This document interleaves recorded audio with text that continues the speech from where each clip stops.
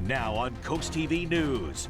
Library renovation date. Why the director of the Rehoboth Beach Public Library says this work is needed. Short-term rentals in Ocean City, they continue to be a hot-button issue, the battle between homeowner rights and regulatory restrictions. The gavel strikes what federal judges ruled in the government's indictments against former officials. We're expecting a bit of a chilly start, a cloudy mid, and then a very rainy finish. That's just for Tuesday. This is Coast TV News at 5. Demolition signs up. Good evening. I'm Madeline Overturf. And I'm Charlie Sakaitis. We begin tonight with renovations to the Rehoboth Library. Years in the making, now just a week away. The director of the library says this part of the building was built in 2000, and the library has needed renovation since 2019. Some of the construction will include new AC throughout the building and new study rooms. Reporter Brandon Ferguson is live there in Rehoboth. Brandon, the work won't be done all at once. It's going to be a phased renovation. Maddie, demolitions of the interior walls on this side of the building is phase one of the project to make room for those new study rooms. And again, this is in phases. So while this side of the building is being done, there will be a temporary entrance that you can use. So if you do visit the library while this work is being done, it's going to be a little louder than your average library experience. The director here of the library in Rehoboth Beach says this project will cost $9 million in total. Federal and state funds have already covered $7 million toward the project, with the library raising $1.8 million from their capital campaign. You don't need to worry when you see the construction fences up and the demolition permits. We're not demolishing the building. We're just getting it ready for renovations. Again, this work is set to begin with phase one on this side of the building next Monday. And Macaulay tells us she expects a late 2026 finish of all the renovations. Live in Rehoboth Beach, Brandon Ferguson, Coast TV News. Another Rehoboth Beach Library location was looked at by the Rehoboth Library Task Force. While in the process of acquiring the land, a final settlement date hasn't been set yet, clearing the way for the Warrington Road project to move forward without delays. The library is also re-engaging its architect as it prepares for the new site to take shape. And you're looking at surveys here taken by the Ocean City Council, all about short-term rentals, and the results could influence how those properties are regulated. Coast TV News reporter Kevin Zappe is live in Ocean City. Kevin, short-term rentals in town have been at the center of a long, ongoing debate. Charlie, from an outsider's perspective, it may not seem like a big deal renting one of these homes you see behind me for the weekend. But here in Ocean City, it's led to new ordinances, constant debate, a special election, and it seems like there's no end in sight. Now on Tuesday, the Ocean City Council will review an in-house survey they conducted, which shares where they stand with future ordinances for short-term rentals in residential areas and mobile homes. Homeowner Terry Miller says restrictions like a minimum length of stay and a moratorium on new licenses take away homeowners' rights. But others believe residential areas should have more regulations in town, with some renters bringing too much noise. I've seen it, I've noticed it. You know, I take a walk around the neighborhood at late in the evening. You know, it's and you can hear it. You know, it's too if we're sitting out on our deck. Now there's currently a moratorium in place for new licenses in these residential areas and mobile homes, and it could extend to next year. That and more will be discussed during Tuesday's meeting. I'm Kevin Zappe, live in Ocean City, Coast TV News. Whether you're looking to dine in or take out this Thanksgiving, some local restaurants say they'll be open. Surf and Turf in Milford will serve Thanksgiving all day. The Baywood Clubhouse in Long Neck has dine-in and to-go options. Harpoon Hammers in Fenwick Island will serve a Thanksgiving meal from 12 to 8. We do have a full guide actually up right now of where you can eat along the coast. This brings us to our Coast TV poll. We want to know, where are you spending Thanksgiving? I'm curious to see the results of this one, and 54% say at home. 38% say a relative's house. 4% say they're traveling somewhere further away. 4% say they are dining out. If you haven't voted yet, it's easy to do. Just go to coasttv.com or use our mobile app. And we're taking a live look into Lewis, a beautiful look into Lewis, as we get ready to check in with our First Alert Chief Meteorologist, Paul Williams. You know what, Charlie? All I'm going to say is this. Monday's probably going to be our pick day of the whole week. Today was the best day to do whatever you want to do outside, take pictures, have fun, all that. Because tomorrow it starts getting cloudier, and then it starts getting windier, and then it starts getting colder before the week is done. For Lewis right now, though, we're still staying on the mild side of things, not the wild side just yet. Clear skies for us, actually. And we're looking for temperatures to fall into the lower 40s. And at 9 o'clock, we'll have scattered cloud cover in place. Here is the rub. We're already had a high of 56 degrees. That's pretty close to the norm for this time of the year. But the norm is going to become not so normal in the next, let's say, 72 hours or so. We're going to go way up, then we're going to go way down, okay? And there's a reason why I'm being dramatic about it, because it's going to be dramatic. In fact, we see live radar, we're clear for right now, but we're already picking up winds with the small craft advisory that's just been initiated, stays in effect until Wednesday. And that means we're watching out for breezy conditions there, not only there, but over on the Cambridge side as well. And this is just the start of unraveling this yarn of tangled up situations in our forecast. Paul, thank you. After over 30 years, the town of Berlin announced that its chief of police, Arnold Downing, will be retiring. Downing joined the Berlin Police Department in the summer of 1991, and just over a decade later, he became chief of police in 2002. According to the town, after his promotion, Downing became the first African-American chief of police in the department's history. The Milford School District says they are taking steps to make schools safer by bringing in 2 portable screening units. School district officials say the purchase was approved by the Board of Education and made possible through funding by a school safety grant. Staff will be trained on these units, which will be on hand during winter and spring sports. The district says a more advanced notice will be sent throughout the community. You've seen them on cars and trucks, those low-digit, highly coveted surf fishing license plates, and now the annual Delaware Department of Natural Resources and Environmental Control online auction to get those plates is back. From Tuesday at 9 a.m. until December 11th, 14 unique tags and 8 choice tags can be bid on. $250, that's the minimum bid for a low-digit surf tag, and the highest choice tag bidder per range chooses a number. DENREC reminds that those surf fishing plates, they don't grant drive-on access. Permits are still needed. A federal judge delivered a death blow to the government's indictments against former FBI Director James Comey and New York Attorney General Letitia James. She ruled that the interim U.S. attorney was appointed incorrectly under the law and dismissed both indictments against the 2 public figures the president had targeted for prosecution. As NBC's Yamiche Alcindor shows us, the White House says this will not be the final word. In a stunning turn of events, a federal judge dismissed the criminal indictments against former FBI Director James Comey and New York Attorney General Letitia James. The judge finding that Lindsay Halligan, President Trump's hand-picked interim U.S. attorney, was not lawfully appointed. The ruling comes after Comey's attorney argued that Halligan, who was once the president's personal attorney and had no prosecution experience, had no authority to file the charges. Halligan was the only lawyer who signed both indictments, and so both were dismissed. Those indictments came after President Trump publicly pressured Attorney General Pam Bondi to prosecute Comey and James, both political adversaries of the president. Comey's a crooked guy. Comey was indicted on charges of making a false statement to Congress and obstructing a congressional investigation. He has said from the start that the charges were political. I'm grateful that the court ended the case against me, which was a prosecution based on malevolence and incompetence, and a reflection of what the Department of Justice has become under Donald Trump. New York Attorney General James was indicted on bank fraud charges. The president had been lashing out at her ever since she successfully tried a case against the president's business for fraud. James has also said the charges were politically motivated. This justice system, which has been used as a tool of revenge. And in a statement today, James said she remains, quote, fearless in the face of these baseless charges.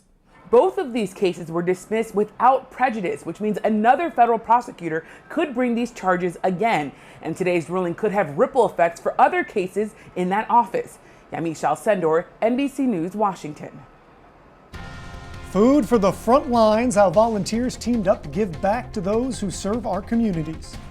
Watching out for widespread rain kicking in for Tuesday, along with the warm-up before the temperatures drop off a cliff. But first, the new bypass in downtown Millsboro, how businesses there say it is affecting them, up next. This is Coast TV News at 5. 1 month after the new Millsboro bypass opened, the town is now hearing directly from downtown businesses about what they need to do to stay thriving. A survey the town conducted with downtown businesses showed what they think is a barrier that limits the growth of foot traffic in the area. The survey revealed that about 60% believe congestion and traffic now diverted by the bypass is the biggest challenge for generating traffic. One business owner we spoke with says they've seen a huge difference in their business after that bypass went in. The good thing about a lot of traffic is that so many people would drive by my location and one day they would pop in and say, I want to check on you. Now that there is less traffic seeing this, I lost that. Millsboro does plan to come back to all the businesses in the spring to see how they continue to be impacted by the new bypass. Coming up next, Paul Williams is in our Coast TV First Alert Weather Center with your full forecast. How about you? It's pretty clear. It's been a beautiful day, to be quite honest. A gorgeous Monday. Tuesday's going to be pretty good. Wednesday, well, Tuesday's going to be good till the rain gets here. And we'll talk about the timing of that in just a moment. Ocean view, currently 48 degrees. Winds out of the north, staying calm. Look for it to stay clear most of the night till it gets to about, let's say, 9 o'clock in Ocean View. That's when the cloud cover will slowly begin to weave its way into our neck of the woods, particularly over Ocean View, as we fall to the lower 40s. Now, we're in the upper 40s to low 50s at this moment. We're at 50 degrees right now. For example, in Seaford, we're holding at 51 in Bridgeville, 52 in Redden, 46 degrees actually in Milton, 46 also down in Ocean View. Now, keep in mind that we're staying pretty clear for right now. So this is the good day, the great day, okay? But we do have the winds already picking up momentum. Small craft advisory is in effect on the Cambridge side as well as over on the Lewis, Rehoboth Beach, and Ocean View side. So we're watching out for about 25-mile-per-hour winds throughout the entire Delmarva Peninsula as we prepare for that rain to come pushing through our area for late Tuesday going to Wednesday. We'll have a somewhat of a chilly start. It's going to be really breezy initially. And look, we're going to warm to like 63. Now, this is above the norm. Now, remember, this is my whole point. Because we're going to warm up so quickly and so nicely, that's why the drop-off by the end of the work week is going to feel so jolting, okay? 61 for the high in Seaford, 59 in Cambridge, winds out of the south, and 63 for the high in Snow Hill. Across the coast, we're going to be into the 60s everywhere, but the winds are coming out of the south, so that's a warming breeze. We're going to keep pushing the temperatures up. And the moisture content goes up in the atmosphere, so it's going to make it feel even that much warmer, so to speak. Not quite muggy, but when you have more moisture, and when they don't deal with the dry air mass, it just feels warmer when you walk outside. Then we'll have the rain begin to manifest itself by 7:30 in the morning north of Seaford and Milton. Then we're expecting rain for everybody by 2 o'clock in the afternoon. And that chance of hit and miss spot shower activity, that pattern, that scattered pattern, that will continue going into Wednesday morning, Wednesday afternoon, lunchtime. And that rain's going to lean into Wednesday. But the amount of rain, skittish at best. I mean, we're talking about maybe a half an inch to maybe 3/4 of an inch of rain down towards Fenwick Island, but then 1/4 of an inch on all of our other locations and maybe a third. Then here comes Thanksgiving. Of course, enjoy your time with the family. We're looking for a high of about 48 degrees, but the temperatures will start tumbling fast and furiously, all right, for Thanksgiving. Thanksgiving might sneak in another relatively mild day for Thanksgiving, but the day after Thanksgiving, when you go out shopping, let me tell you something. Bundle up, Buttercup, because it's going to be a real cold and jolting start today, 27 degrees, and I can't even calculate how the wind's going to act that day. Then we're going to watch out for another round of rain, possibly Sunday going into Monday, so we're going to watch out for that as well. Here's a look at your 7-day forecast. Look how we're stepping up, 64, then 67, or near 70 with rain. We could actually get a little thunderstorm because it's going to be so warm. Then we drop for Thanksgiving. Then we drop more. After that, I want you to notice we go from 67 down to freezing. Just like that. Why am I being dramatic? It's going to feel that dramatic, and I don't want you to act like we didn't have this conversation. All right, here's a look at the rest of your forecast, me out of the way. And Saturday's going to be cold too, because the best we can get as far as warmth is concerned is 43 piddly little degrees. I was ready for the drop. I didn't appreciate the drop more afterwards. Thank you, Paul. A group of local sponsors and volunteers delivered 400 turkeys across the peninsula today to first responders. The pack gave out birds and goodie bags to police, to fire departments in Ocean City, Berlin, Ocean Pines, Fenwick Island, Bethany, and Dewey. Organizers say the effort started here 4 years ago with 250 turkeys, and it has grown every year as more towns and departments join the list. Ocean City Police is the biggest recipient. They get 140 turkeys, and then everybody else gets anywhere from 50 down to 25, or I should say from 25 up to 140. The turkeys were paid for through sponsorships and fundraising. This year's Bless Our Children campaign, it's happening, and thanks to your generosity, we have raised almost $142,000. All of that to help buy Christmas gifts for children on Delmarva who might otherwise go without.